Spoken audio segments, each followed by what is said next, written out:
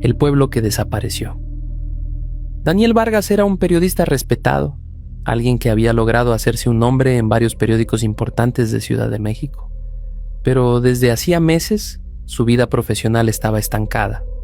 No tenía ideas nuevas, no encontraba historias que lo movieran, y cada día sentía que su carrera se apagaba como una vela corta y sin aire. La presión de cumplir con fechas de entrega y la mirada desaprobatoria de sus editores solo empeoraban su frustración. Un martes cualquiera, tratando de escapar del ruido y de sí mismo, caminó por el centro histórico sin rumbo definido. Al pasar frente a una vieja librería con fachada desgastada y un letrero a punto de caer, decidió entrar. Tal vez, pensó, los libros viejos guardarían algo que pudiera despertar en él la inspiración que tanto necesitaba. El interior olía a papel húmedo y madera añeja. No tenía un plan. Solo caminaba entre los estantes pasando la mano por los lomos gastados, esperando que algo, cualquier cosa lo llamara.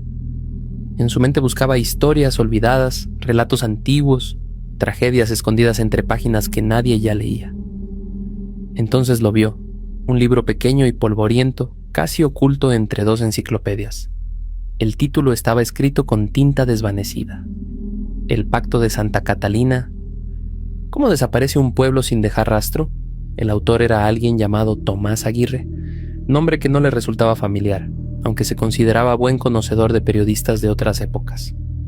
Revisó la fecha de publicación. Años 80. ¿Cómo nunca había visto esto?, murmuró para sí. Abrió el libro y notó que no era una novela, sino una crónica. El estilo era directo, como si el autor hubiera escrito con prisa o con miedo. Contaba la historia de un pequeño pueblo llamado Santa Catalina, ubicado en el interior de México, donde vivían un poco más de 200 personas. Las casas de adobe, los caminos de tierra y el trabajo agrícola definían la vida del lugar, sencillo, tranquilo, aislado. Hasta que un día todos desaparecieron, hombres, mujeres, niños, ancianos e incluso los animales. No quedó un solo cuerpo, ni huellas, ni señal de un éxodo repentino. Nada, solo silencio. Daniel sintió un escalofrío, pero por primera vez en meses también sintió otra cosa. Interés verdadero, quería saber más. Quería encontrar a Tomás Aguirre y descubrir qué había detrás de aquella historia. Esa misma noche comenzó a buscar información sobre Santa Catalina, pero pronto se dio cuenta de que algo no encajaba.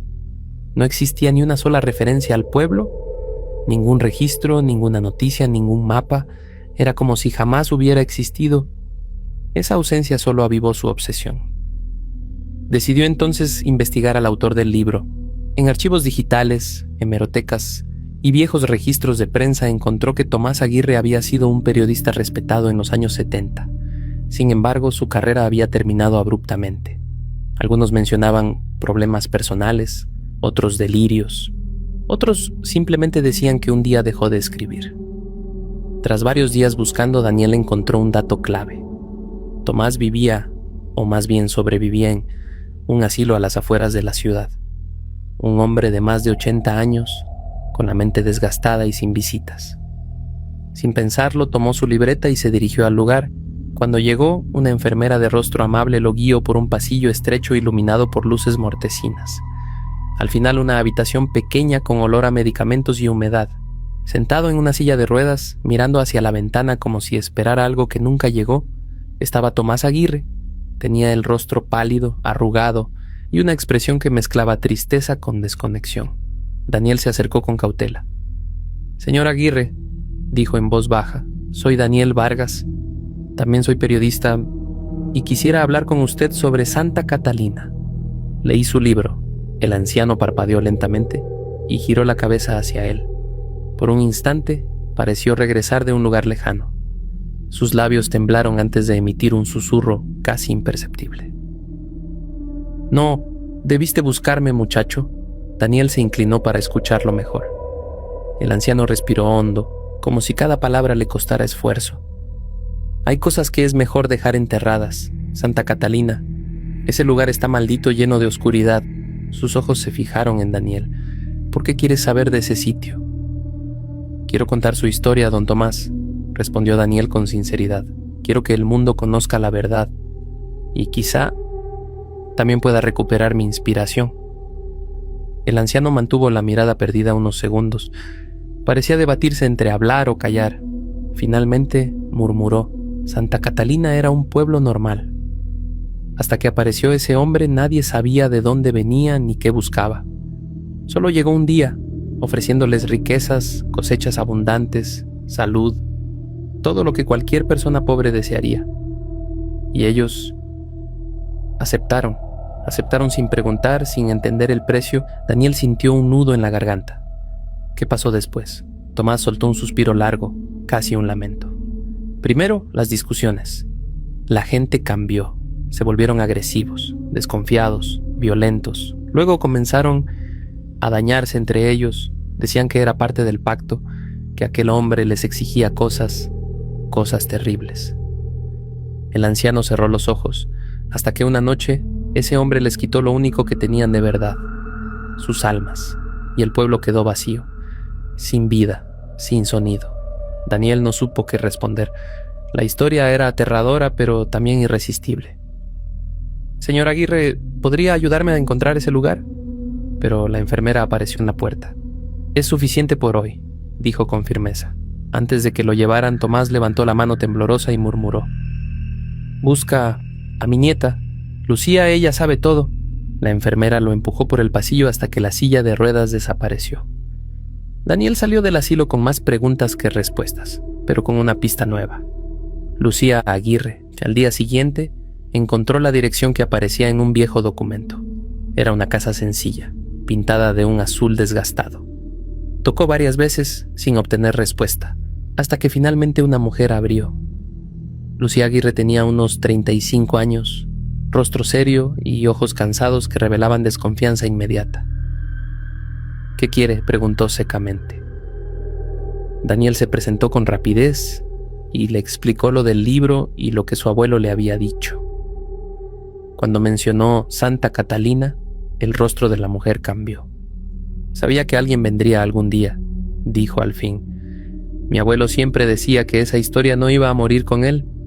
Siempre la contaba con terror. Y antes de entrar al asilo me dejó algo para quien viniera a buscar la verdad. Se dirigió a un viejo armario y sacó una caja polvorienta. Dentro había un mapa dibujado a mano con caminos de tierra, montañas y un punto marcado con una cruz roja. Santa Catalina. Luego sacó fotografías antiguas, casas de adobe, campos secos. Lucía respiró hondo. Si vas a ir allí debes saber algo, Daniel. Lo que ocurrió no fue un simple abandono, y lo que sea que llegó a ese pueblo, puede que aún esté allí. Daniel tomó el mapa con cuidado, pero por primera vez en mucho tiempo una historia lo había encontrado, y estaba decidido a seguirla. Pero lo que realmente llamó la atención de Daniel no fueron las casas de adobe ni los caminos marcados en el mapa. Fueron los rostros de las personas en las fotografías que Lucía le había mostrado. No eran expresiones normales. No había sonrisas, ni siquiera miradas neutras. Cada uno de los habitantes aparecía con los ojos vacíos, la boca tensa, como si estuvieran atrapados en un pensamiento oscuro. Era una tristeza densa, pesada, casi antinatural. Lucía notó el cambio en el semblante de Daniel y suspiró. Te lo advierto, dijo con firmeza, no sigas buscando ese lugar, no por ti, sino por los que quedan atrapados allí. Mi abuelo nunca volvió a ser el mismo después de Santa Catalina. Daniel bajó la mirada hacia el mapa. Sentía que el papel viejo guardaba un secreto que lo llamaba. Puedes quedarte con el mapa, añadió ella, pero prométeme algo.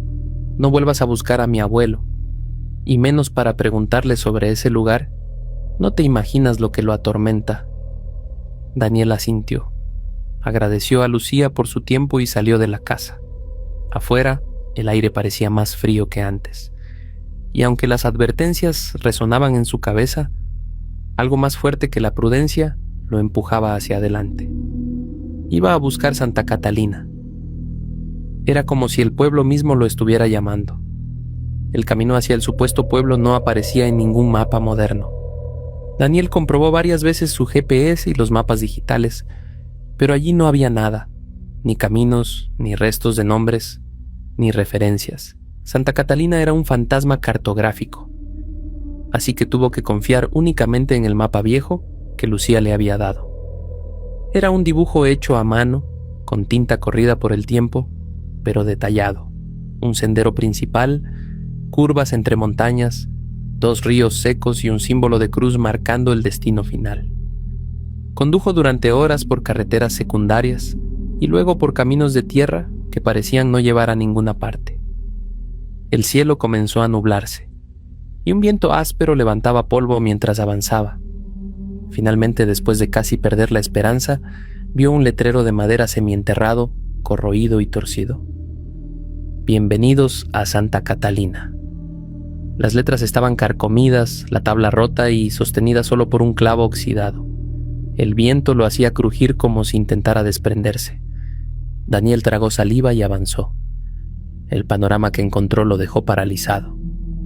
Las casas seguían allí, intactas pero abandonadas, puertas abiertas golpeando suavemente con el viento.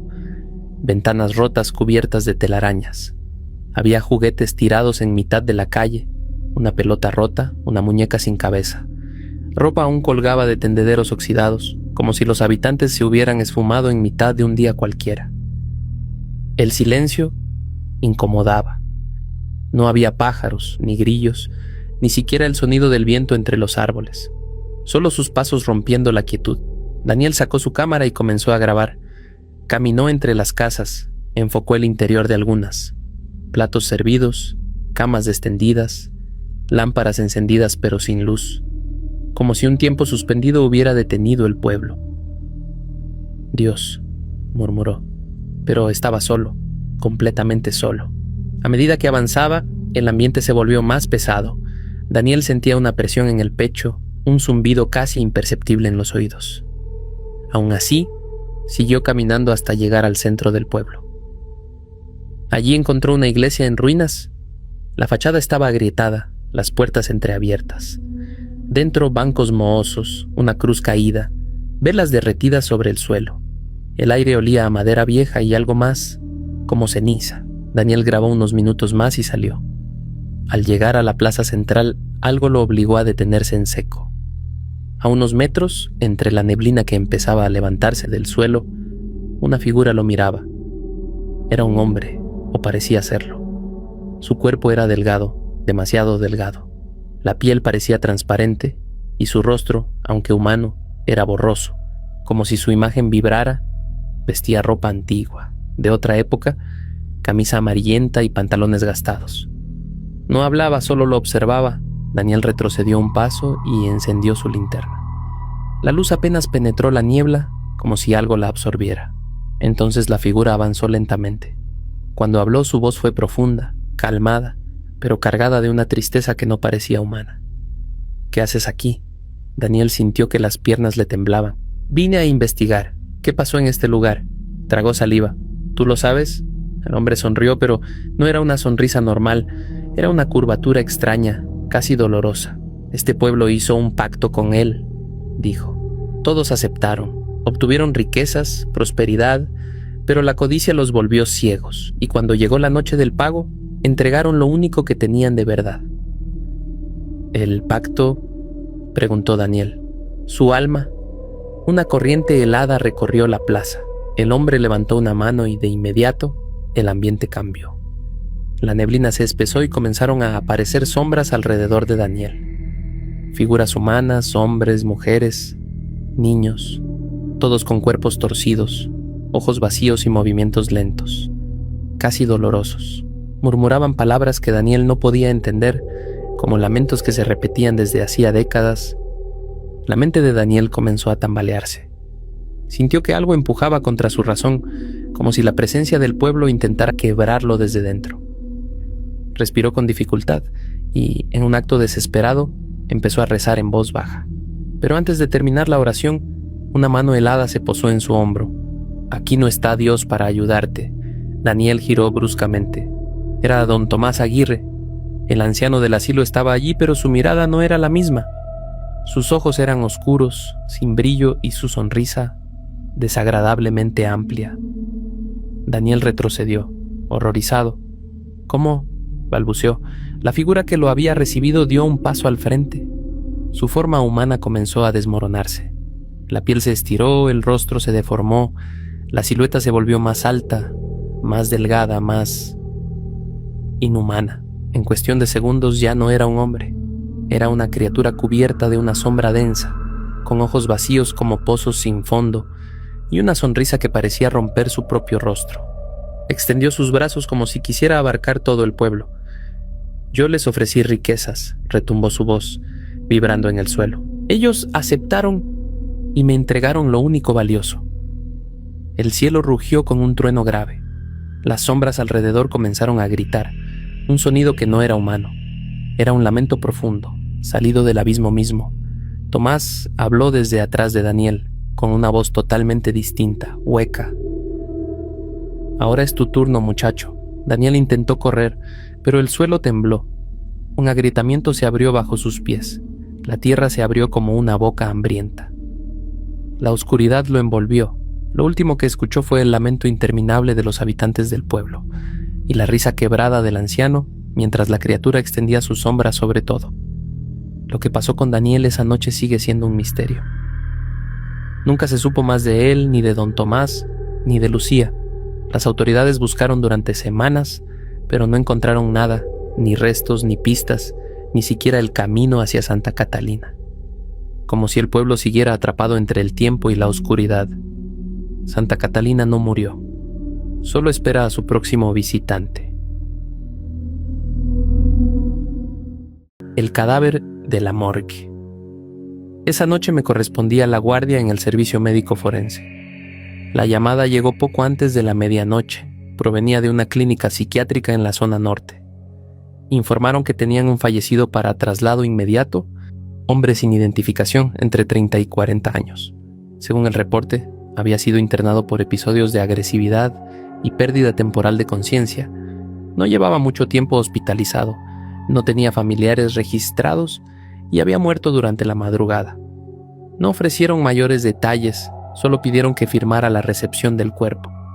20 minutos después, una camioneta blanca se detuvo frente al edificio. 2 enfermeros bajaron una camilla cubierta con una sábana blanca doblada hasta el cuello. La piel del sujeto era clara, sin hematomas ni señales evidentes de violencia. El rostro, sin embargo, mostraba una tensión extraña, los ojos entreabiertos, la boca torcida hacia el lado derecho. A simple vista no presentaba nada anómalo, nada que indicara una muerte fuera de lo común. Revisé el acta.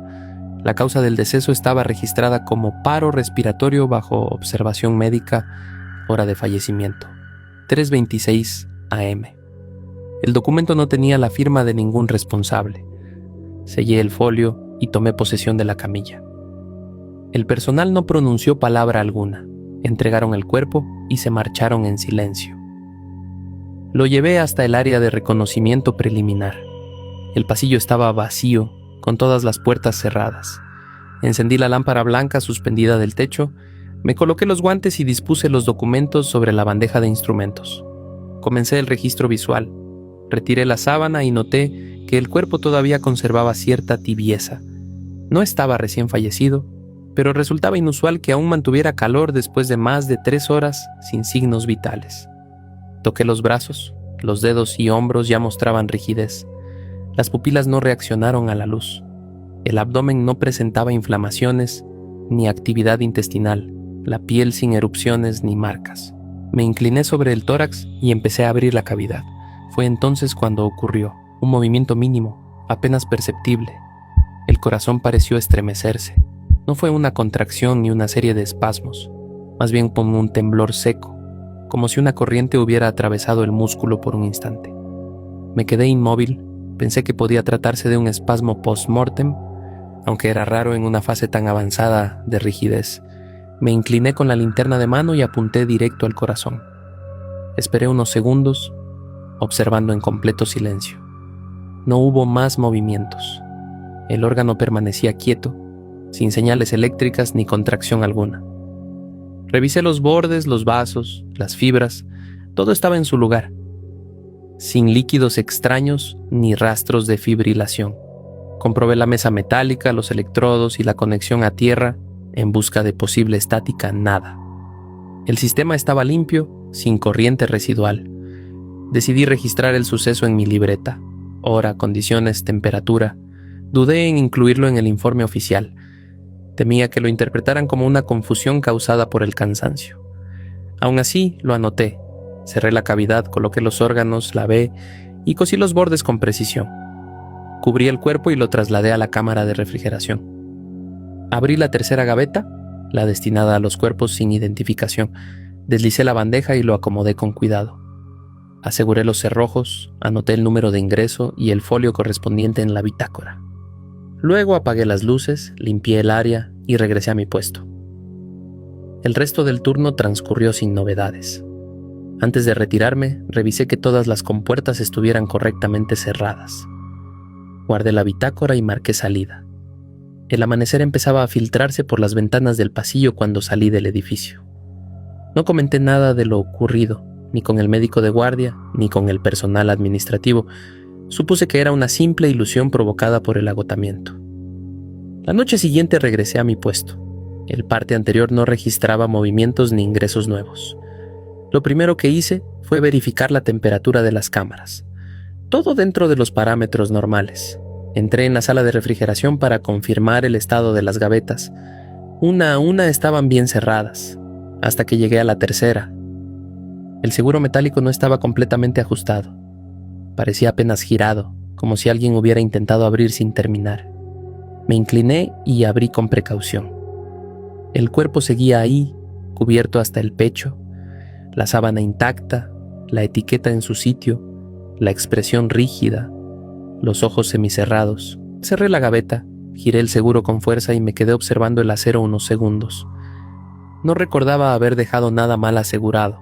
Aquello no me tranquilizó. Crucé el pasillo de regreso a la estación. Intenté continuar con los reportes, pero mi mente seguía fija en esa compuerta. Alrededor de la 1 de la madrugada, un sonido metálico interrumpió el silencio. Venía del área de refrigeración. No fue un golpe fuerte, más bien un toque seco contra el acero. Me levanté enseguida. Caminé hasta la puerta deteniéndome justo antes de entrar. El pasillo estaba inmóvil. Esperé. Nada. Empujé la puerta lentamente, encendí la luz del techo y avancé despacio. Todas las gavetas parecían en orden. Al llegar a la tercera, noté de nuevo el seguro ligeramente torcido, no abierto, pero sin la firmeza del cierre anterior. Puse la mano sobre la manija y tiré apenas el cuerpo seguía en la misma posición. Revisé la sábana, los bordes de la camilla, la etiqueta. Todo estaba igual. Revisé el techo, los sensores, los tubos de drenaje. No encontré explicación para el sonido. Volví a cerrar con fuerza y salí sin mirar atrás. No registré el incidente. No sabría cómo justificarlo sin parecer un error de percepción. Tal vez hubiera sido el metal contrayéndose por la temperatura, me repetí. Sin embargo, no lograba concentrarme. Cada pequeño ruido me mantenía alerta. Intenté distraerme con los informes, pero mi mirada regresaba una y otra vez al pasillo. A las 3 de la mañana, mientras revisaba documentos antiguos, escuché un arrastre. Era un sonido bajo, constante, como si algo pesado se desplazara sobre el suelo. Provenía de la dirección del refrigerador. Apagué la lámpara de escritorio, tomé la linterna y avancé con paso contenido. El pasillo estaba completamente oscuro. Asomé el rostro por el marco de la puerta. Dentro reinaba un silencio absoluto. Empujé la hoja de metal. El aire era más gélido que de costumbre. Encendí la linterna y enfoqué hacia las gavetas. Todas estaban cerradas. Pero al acercarme al muro lateral vi algo que no estaba ahí la noche anterior. 3 marcas largas trazadas sobre el acero. Comenzaban en el fondo y se extendían casi hasta la salida. Eran líneas paralelas, delgadas, como si algo con fuerza las hubiera dibujado desde dentro. Me quedé quieta, con la luz fija en esas marcas, sin saber si debía acercarme más o salir de inmediato. La cámara seguía en silencio, pero tuve la sensación de que no estaba sola. Las marcas estaban en el costado izquierdo de la pared metálica. Eran 3, delgadas y paralelas, grabadas con algo filoso. No eran profundas, pero sí lo bastante visibles como para distinguirlas incluso bajo la luz tenue. Me agaché y pasé los dedos sobre ellas. El metal tenía un tacto áspero, con virutas diminutas aún adheridas a los bordes. Eran recientes, no tenían polvo ni rastros de óxido. Me puse de pie y fui directo a la tercera gaveta. El seguro estaba girado nuevamente, no completamente suelto, pero sin la firmeza que había dejado la noche anterior. Lo ajusté con fuerza, asegurándome de escuchar el clic metálico. Me quedé observando esa compuerta por varios segundos, midiendo mi respiración. El cuerpo seguía dentro, lo sabía, pero ya no podía ignorar la sensación de que algo lo estaba manipulando. Salí de la cámara con el pecho apretado. Cerré la puerta con ambas manos y avancé por el pasillo sin mirar atrás. Al llegar a la estación, apagué la lámpara del escritorio. Me senté en la silla y permanecí inmóvil, con la mirada fija en la pared. Pasaron varios minutos en silencio hasta que un sonido diferente interrumpió el aire estático.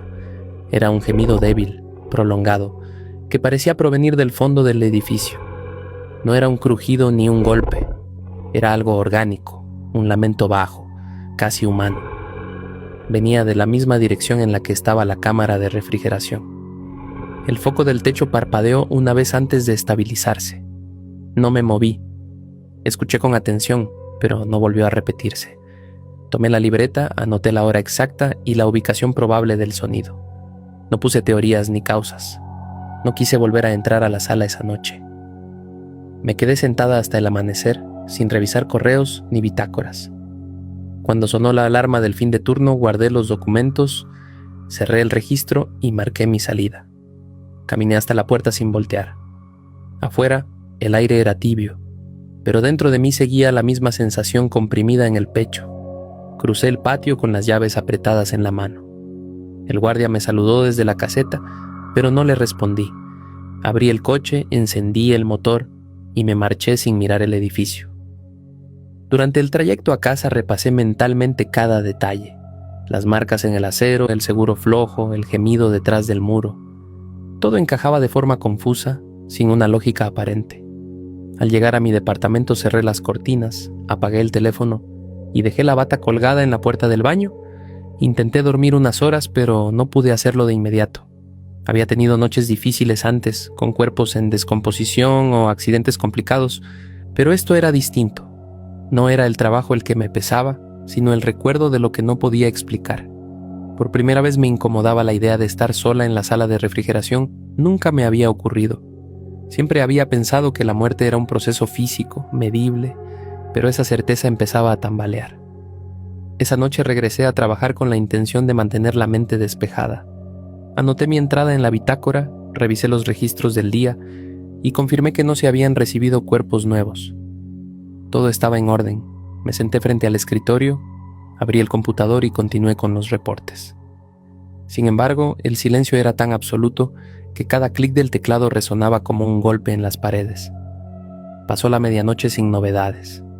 A la 1 de la mañana escuché ruidos que venían desde la zona de descanso. Parecían cosas cayendo, muebles arrastrándose. Me levanté de inmediato y caminé hasta la esquina que conecta con esa sala. Al asomarme, no vi nada, pero el eco persistía. Retrocedí sin pensarlo. Crucé la puerta principal del laboratorio y salí al exterior. El aire fresco me ayudó a estabilizar la respiración. El guardia seguía en su caseta. Se puso de pie al verme. Le conté que había escuchado ruidos dentro y que prefería esperar afuera unos minutos. Me ofreció acompañarme a revisar, pero le dije que no era necesario, que si notaba algo fuera de lo común le avisaría. Me quedé afuera respirando despacio, mirando el reflejo del edificio en los ventanales. No había movimiento. Luego de unos minutos regresé. Caminé por los pasillos encendiendo luces, una a una. Todo estaba en su lugar. Las camillas alineadas, las sillas contra la pared, las puertas cerradas. Entré a la sala de descanso. Revisé cada rincón. Nada fuera de lo habitual. Regresé a la estación. Me senté frente al escritorio con la libreta abierta, pero no escribí. Escuchaba el silencio, como si esperara que algo lo interrumpiera. Eran casi las 2 cuando me levanté para ir al baño. Caminé por el pasillo que conecta con el quirófano menor y, al pasar frente al archivo, vi algo con el rabillo del ojo. Giré la cabeza. En el marco de la puerta había una figura agachada, encorvada, como si intentara ocultarse. No alcancé a distinguir el rostro, solo la forma, alargada, grisácea, con dedos demasiado largos para ser humanos. Duró apenas un segundo antes de desaparecer tras el marco. Corrí hacia el archivo, encendí la lámpara principal y revisé los estantes. Todo estaba en orden. Cajas alineadas, carpetas intactas, ningún rastro de que alguien hubiera pasado por allí. Cerré la puerta y regresé a la estación con las piernas temblorosas. Me senté sin poder articular palabra. Sabía que nadie más estaba en el edificio. El guardia permanecía afuera y el acceso principal tenía candado por dentro. Aquello no tenía explicación. Miré el reloj. Faltaban casi 4 horas para el amanecer. Permanecí sentada todo ese tiempo, observando las sombras que el monitor proyectaba sobre la pared. Intenté revisar informes antiguos para distraerme, buscando irregularidades o registros de incidentes similares. No hallé nada, cada sonido. El zumbido del sistema de ventilación, el chasquido del aire acondicionado se me hacía sospechoso. No era capaz de concentrarme. Cerca de las 3 escuché el sonido seco de vidrio rompiéndose. Me levanté de inmediato y seguí el eco hasta el comedor del personal. Al entrar, encendí la luz y vi los pedazos de un vaso esparcidos junto a la tarja. El borde aún estaba húmedo. No era uno de los vasos que yo había usado, ni reconocía el modelo. Revisé los gabinetes. No había otros iguales. Tomé una bolsa de residuos y recogí los fragmentos uno por uno. No podía apartar la idea de que algo o alguien se estaba moviendo por el edificio mientras yo trabajaba. De regreso en la estación no llegué a sentarme. Un ruido fuerte me hizo girar. Fue como si una camilla se hubiera deslizado con fuerza hasta chocar contra una pared. Provenía de la dirección del refrigerador. Apagué la lámpara de escritorio, tomé la linterna y avancé con cautela. Al llegar, noté que la luz interna estaba encendida. Toqué el picaporte con la manga del uniforme y empujé la puerta lentamente. El aire frío salió en una ráfaga. Las gavetas estaban cerradas, pero el seguro de la tercera, la del hombre sin identificar, estaba otra vez girado. Me acerqué, apuntando la linterna hacia la placa. Estaba a punto de ajustar el cierre cuando escuché un sonido detrás de mí. Un crujido leve, seguido de un roce. Giré rápido la linterna. El haz de luz recorrió la esquina izquierda, el área de lavado, el techo. Nada. Entonces lo sentí. Una mano me tocó el hombro derecho con fuerza. El agarre fue seco, apretado, tan real que me paralizó. Duró apenas un segundo, pero bastó para que soltara un grito. Giré con la linterna en alto, enfocando hacia el pasillo. No había nadie. Las puertas cerradas, las gavetas intactas. Salí corriendo sin cerrar la cámara. Crucé el pasillo principal, empujé las puertas de emergencia y llegué hasta la entrada. El guardia me vio llegar con la linterna temblando en la mano. Se levantó enseguida, le dije que algo me había tocado, que no podía quedarme sola, le pedí que revisara a él. No le di más explicaciones. Él accedió, tomó su lámpara y entró al edificio. Me senté en la banca junto a la entrada, sin moverme. Desde ahí vi cómo revisaba las salas una por una, encendiendo luces, abriendo puertas. Tardó unos 15 minutos. Cuando volvió dijo que todo estaba normal, que no había señales de nadie dentro y que todas las compuertas estaban cerradas. No respondí.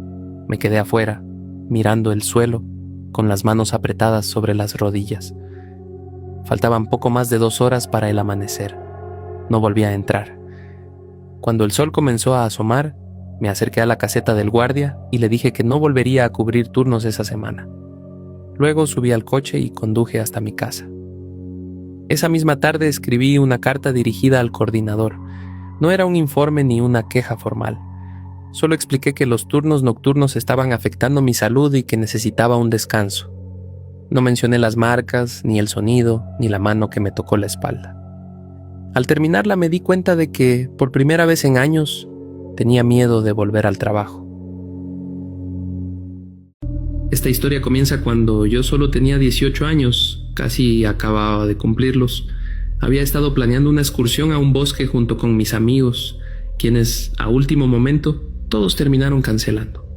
Me sentí un poco decepcionado, pues había estado organizando esa excursión durante meses Esa fue la principal razón por la que, a pesar de todo, no quise cancelarla. Pensé que podría ser un viaje interesante para mí, aunque tuviera que hacerlo solo. Fue así como, en el día marcado, me fui. Había un sitio destinado para que las personas acamparan o exploraran un poco bajo un sendero marcado, pero ese no era mi plan. Yo quería adentrarme un poco más. Solía hacer ese tipo de cosas bastante seguido. Nunca había pasado nada más allá de que alguien me dijera que no podía cruzar por propiedad privada o algo parecido, por lo cual me sentía muy confiado, como siempre. Ese día salí del sendero apenas pude y comencé a andar por el bosque. Nada fue diferente a otras ocasiones, aunque aquel lugar sí era algo más relajante de lo usual. Incluso estaba pensando en buscar un buen sitio para acampar y quedarme ahí toda la noche. Con esta idea me puse a buscar un buen lugar.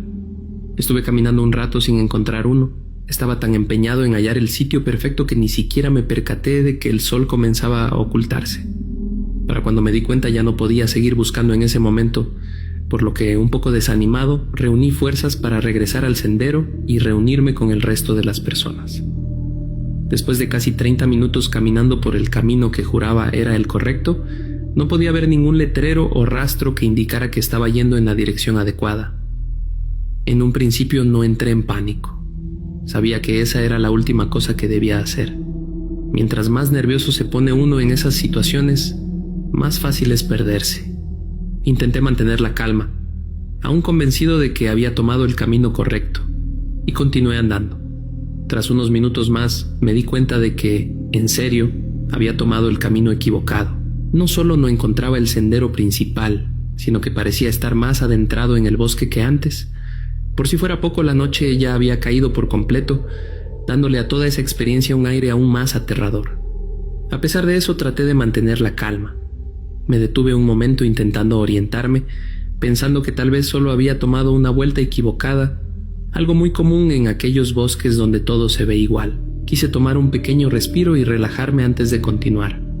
Pero, de pronto, un grito puso todos mis sentidos en alerta. Parecía el grito de una mujer. Era desgarrador y lleno de pánico. No sé si alguien ha escuchado gritar a un ser humano así, pero al menos hasta ese momento yo no lo había hecho y realmente espero que nadie tenga que escucharlo jamás. Aquel grito erizó cada pelo de mi cuerpo y, sin pensarlo mucho, ni siquiera sabiendo si era el camino correcto, comencé a caminar en dirección contraria al del grito. Si soy del todo honesto, en este punto de la historia no sé muy bien lo que sucedió. Tenía mucho miedo y creo que, en un punto, dejé de caminar para comenzar a correr. Pude escuchar el grito 2 veces más, lo único que me hizo detenerme y donde comienzo a recordar todo con mayor claridad. Aunque creo que no pasó mucho tiempo desde los gritos fue que comencé a escuchar rezos y cánticos que sonaban como de iglesia, solo que no eran como los que yo estaba acostumbrado a oír. Si bien no era creyente, me había educado en la religión católica, por lo que conocía muy bien esos rezos y cánticos. Estaba seguro de que lo que estaba escuchando no era nada parecido. Se escuchaban como dichos en otra lengua y tampoco parecían dirigidos a Dios. No sabría explicar cómo lo sabía, pero algo en mí me lo decía. Lo peor de estos rezos no era su contenido, sino que parecía que se estaban acercando a mí. Una vez que pude prestar más atención, me di cuenta de que también comenzaban a escucharse pasos entre las hierbas y hojas secas del bosque. Por esa razón, sin pensarlo demasiado, me agaché y me escondí entre la hierba, pensando que una vez que se alejaran, podría continuar mi camino. Tal vez entonces podría salir de ahí y alertar a la policía sobre los gritos de aquella mujer, que estaba convencido tenían que ver con todo lo que estaba ocurriendo. No escuché más gritos después de eso. Estuve oculto por menos de 5 minutos cuando aquellos pasos y rezos se hicieron más fuertes, más claros. De alguna forma, fue entonces cuando noté que no era una sola persona, ni siquiera 3, como pensaba al principio. Era un grupo de al menos 20 personas, todas con gabardinas negras y capuchas. No podía verles el rostro debido a la oscuridad. Caminaban rezando y cantando mientras uno de ellos agitaba un incensario. Me encontraba paralizado viendo aquello. Me preguntaba si acaso le habían hecho algo a la mujer que había escuchado gritar. Había leído muchas historias de terror como para no darme cuenta de que aquello parecía una secta o un grupo de locos intentando realizar un ritual. Quería quedarme lo más quieto posible. Si bien me sentía un poco cobarde por no intentar ayudar a la mujer, a la cual no veía por ningún lado, también sabía que, aunque lo intentara, jamás podría contra 20 sujetos. Es más, ni siquiera me sentía capaz de enfrentarme a uno solo. Nunca fui ese tipo de persona y estaba muy consciente de ello. Estaba observándolos fijamente cuando de pronto mi teléfono sonó. No había tenido cobertura en casi todo el trayecto. Mi tono era muy escandaloso y claramente llamé la atención de la secta. Fue entonces cuando vi que llevaban máscaras puestas. Eran máscaras horribles. No me refiero a máscaras de Halloween ni nada parecido. Parecían hechas por ellos mismos. Pero estoy seguro de que el material rugoso y elástico que se veía era piel. Aunque siempre he querido pensar que era piel de algún animal, otra parte de mí jamás ha podido estar del todo segura de ello.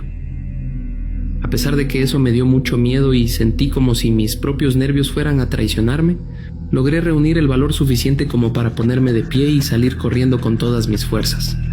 Estaba casi al borde del colapso, pero no dejé de correr ni un solo momento. A pesar de querer cubrirme los oídos, seguí corriendo, intentando encontrar cualquier indicio de que estaba cerca del sendero. En un punto creo que tropecé, o al menos eso imagino, porque no recuerdo exactamente qué pasó, pero sí recuerdo estar en el suelo con mucho dolor en la cabeza. Perdí la conciencia. Desperté exaltado, incluso recuerdo que grité. Me calmé al mirar a mi alrededor. Todo estaba en calma, justo como había estado el bosque durante mi trayecto antes de que todo se descontrolara aquella noche. Aún así, no podía estar completamente tranquilo. Miraba a mi alrededor pensando que en cualquier momento alguno de esos hombres aparecería, pero no pasó. Me puse de pie e intenté mantener la compostura. Estuve mirando mis dedos por mucho tiempo, no tanto para orientarme, sino porque quería encontrar alguna prueba, lo que fuera, que me indicara que lo vivido la noche anterior había sido real. Pero no había nada, ni rastro, ni señal, ni huella, y al pensarlo un poco mejor me di cuenta de lo absurdo que todo sonaba. Pensé que tal vez en mi intento por escapar había caído, me golpeé la cabeza y soñé todo. Era la explicación más lógica, aunque todo se sintió tan real y una parte de mí no se tragaba esa historia. Era algo que necesitaba creer porque simplemente no podía procesar lo que había vivido. Caminé por muy poco tiempo más hasta que sentí que el alma regresaba a mi cuerpo al ver el letrero del sendero. Siendo del todo honesto, aunque había caminado en esa dirección, no estaba seguro de que fuera el camino correcto. Solo quería alejarme lo más posible y no volver al lugar donde creía haber visto todo aquello. Aunque intentaba convencerme de lo contrario, todos mis miedos y preocupaciones se disiparon en el momento en que vi aquel letrero. Corrí hacia él y no tardé en ver personas haciendo su vida normal. Luego de tranquilizarme un poco, supe que tenía que hacer lo mismo. Tenía que volver a casa y no mencionar nada de esto a nadie. Mis padres eran algo paranoicos y, de hecho, estaban muy en contra de que hiciera ese viaje, por lo que no quería darles ningún motivo para decirme, te lo dije. Y fue así como aquel sueño quedó solo para mí, aunque sí tenía un gran chichón en la cabeza producto del golpe que había sufrido en el bosque. Hace 4 años, mientras terminaba mis estudios, me encontraba en una situación complicada. No tenía dinero suficiente para sostenerme en la escuela, y las deudas y la presión familiar me pesaban más que nunca. La única salida que encontré fue meterme a trabajar como guardia de seguridad en turnos de 12 horas nocturnas. De día estudiaba, de noche trabajaba. El cansancio era brutal, pero no tenía otra alternativa. En ese entonces, jamás imaginé que esa decisión me pondría frente a una de las experiencias más aterradoras de mi vida. El lugar donde me asignaron estaba en el municipio de Envigado, Antioquia, en un complejo industrial medio abandonado. Eran varias bodegas antiguas, algunas en funcionamiento y otras totalmente solas, llenas de polvo y eco. Mi trabajo consistía en rondar los alrededores, revisar que las cadenas y candados estuvieran en su lugar, anotar en un cuaderno los registros de la noche y, básicamente, esperar a que amaneciera. Siempre me decían que tuviera cuidado con los ladrones, pero pronto descubrí que los ladrones eran lo que menos debía temer. La primera noche no pasó nada extraño, solo escuchaba grillos, el viento colándose por las rendijas oxidadas y de vez en cuando los maullidos de los gatos que se colaban a cazar ratones. Sin embargo, desde la segunda noche empecé a sentir que el ambiente era demasiado pesado.